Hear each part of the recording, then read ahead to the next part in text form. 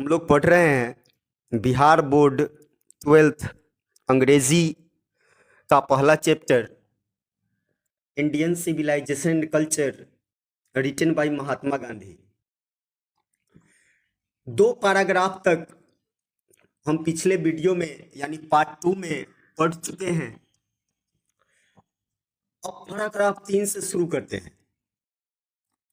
Civilisation सभ्यता, that वह, mode रूप, अवस्था, कंडक्ट का अर्थ होता है आचरण, विच का अर्थ है यहां जो,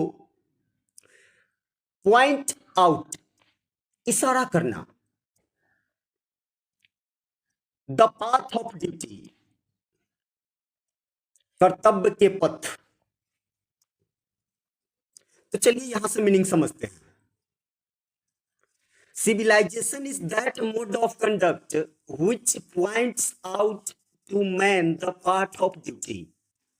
सभ्यता आचरण का वह रूप है, वह अवस्था है जो आदमी को कर्तव्य के पथ की ओर इशारा करता है। सभ्यता आचरण का वह रूप है जो आदमी को कर्तव्य के पथ की ओर, तू का अर्थ यहां की ओर है, इशारा करता है। चलिए आगे बढ़ते हैं। अगला वर्ड है परफॉर्मेंस। परफॉर्मेंस का अर्थ यहां है पालन, यानी परफॉर्मेंस ऑफ ड्यूटी का अर्थ है कर्तव्य का पालन या कर्तव्य का निर्वहन। ऑब्जर्वेंस ऑफ मोरालिटी का अर्थ है नैतिकता का पालन, और कन्वर्टिबल टर्म्स का अर्थ है परिवर्तनीय पद। तो चलिए मीनिंग समझते हैं।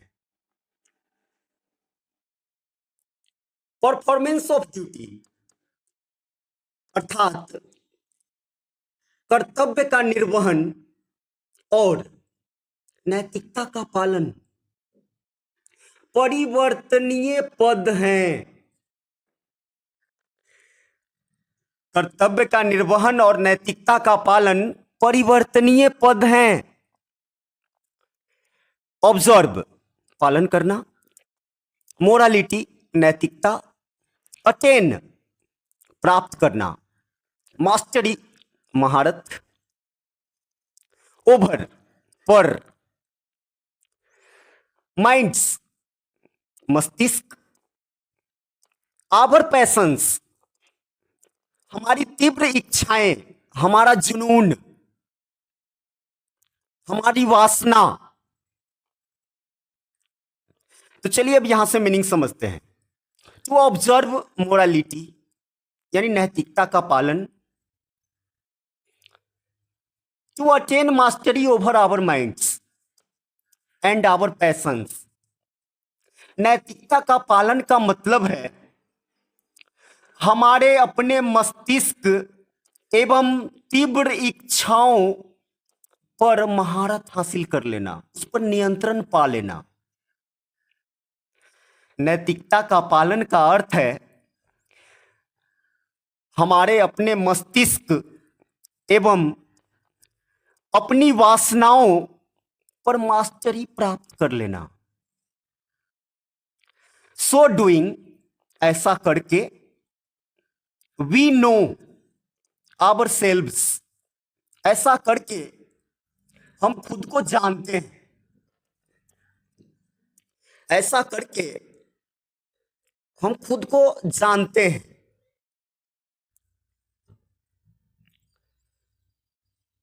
The Gujarati equivalent for civilization means. चलिए फिर पहले वर्ड क्लियर करते हैं। इक्वावेलेंट का मतलब होता है समतुल्य, बराबर। सिविलाइजेशन आप जान रहे हैं सभ्यता, मीन्स अर्थ होना गुड कंडक्ट अच्छा आचरण। तो चलिए मीनिंग समझते हैं। गुजराती इक्वावेलेंट फॉर सिविलाइजेशन यानी गुजराती में सभ्यता को गुड कंडक्ट कहा जाता है, अच्छा आचरण कहा जाता है। यानी अच्छा आचरण सभ्यता का गुजराती समतुल्य है। चलिए 4 नंबर पैराग्राफ से शुरू होते हैं।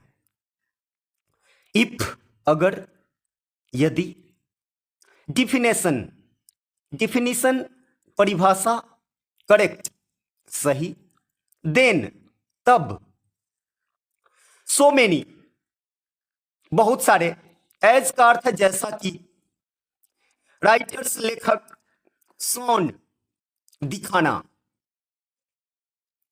नथिंग कुछ नहीं, लर्न सीखना, एनीबडी एल्स कोई और, इल्स का अर्थ है और। चलिए अब बढ़ते हैं। तो गुजराती इक्वावेलेंट है गुड कंडक्ट, सिविलाइजेशन का गुजराती इक्वावेलेंट है गुड कंडक्ट, यानी अच्छा आचरण को हम सभ्यता कहते हैं गुजराती में, सीधी सीधी बात। If this definition be correct, अगर यह परिभाषा सही है तो,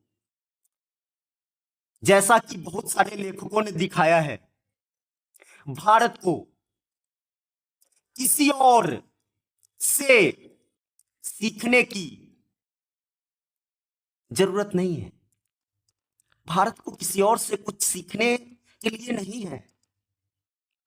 अगर यह परिभाषा सही है, अगर अच्छा आचरण को ही हम सिविलाइजेशन कहते हैं, तो फिर भारत को किसी और से सीखने की जरूरत नहीं है।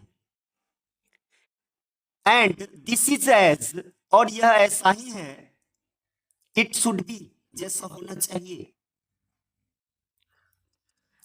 5 नंबर पैराग्राफ।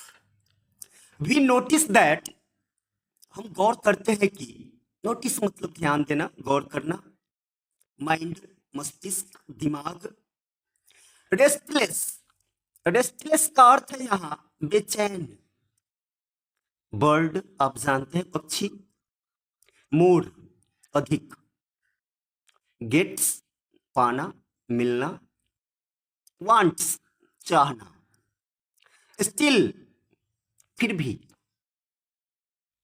रिमेन्स रह जाना, अनसेटिस्फाइड असंतुष्ट। तो चलिए समझते हैं मीनिंग। वी नोटिस दैट, यानी हम गौर करते हैं कि, mind is a restless bird. Gandhi ji कह रहे हैं कि हम गौर करते हैं कि mind is a restless bird, दिमाग एक बेचैन पक्षी है। बहुत ध्यान से सुनने वाली बात है। गांधी जी कह रहे हैं कि दिमाग एक बेचैन पक्षी है।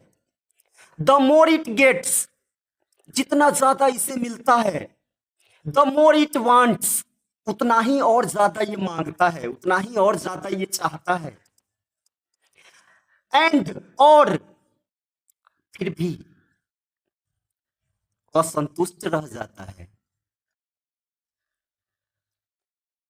The more we indulge in our passions, फिर इंडल्ज एक वर्ड है यहां, इंडल्ज का अर्थ होता है डूबना। The more we indulge in our passions, passions का अर्थ हम लोग देख चुके हैं, वासना या तीव्र इच्छा। तो जितना ज्यादा, मोर का अर्थ ज्यादा, जितना ज्यादा हम अपने वासनाओं में डूबते हैं, द मोर, उतना ज्यादा बेकाबू वे बन जाते हैं। मतलब इस बात को फिर से सुनिए, गांधी जी कह रहे हैं कि हम नोटिस करते हैं कि, हम गौर करते हैं कि दिमाग एक बेचैन रहने वाला पक्षी, एक बेचैन रहने वाला पक्षी है, एक बेचैन पक्षी है। इसे जितना ज्यादा मिल जाता है, यह जितना ज्यादा पा लेता है, उतना और अधिक चाहता है, और फिर भी असंतुष्ट रहता है। जितना ज्यादा हम अपने वासनाओं में डूबते हैं, वो और उतना ही ज्यादा बेकाबू बन जाता है, हो जाता है। अनब्राइडल्ड का अर्थ है बेकाबू। Our ancestors therefore, our ancestors यानी हमारे पूर्वज, देयरफॉर अतः, सेट निर्धारित कर लेना, लिमिट सीमा, इंडल्जेंस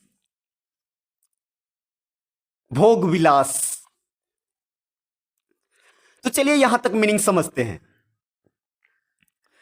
अतः हमारे पूर्वज भोग विलास का एक सीमा तय कर रखे थे।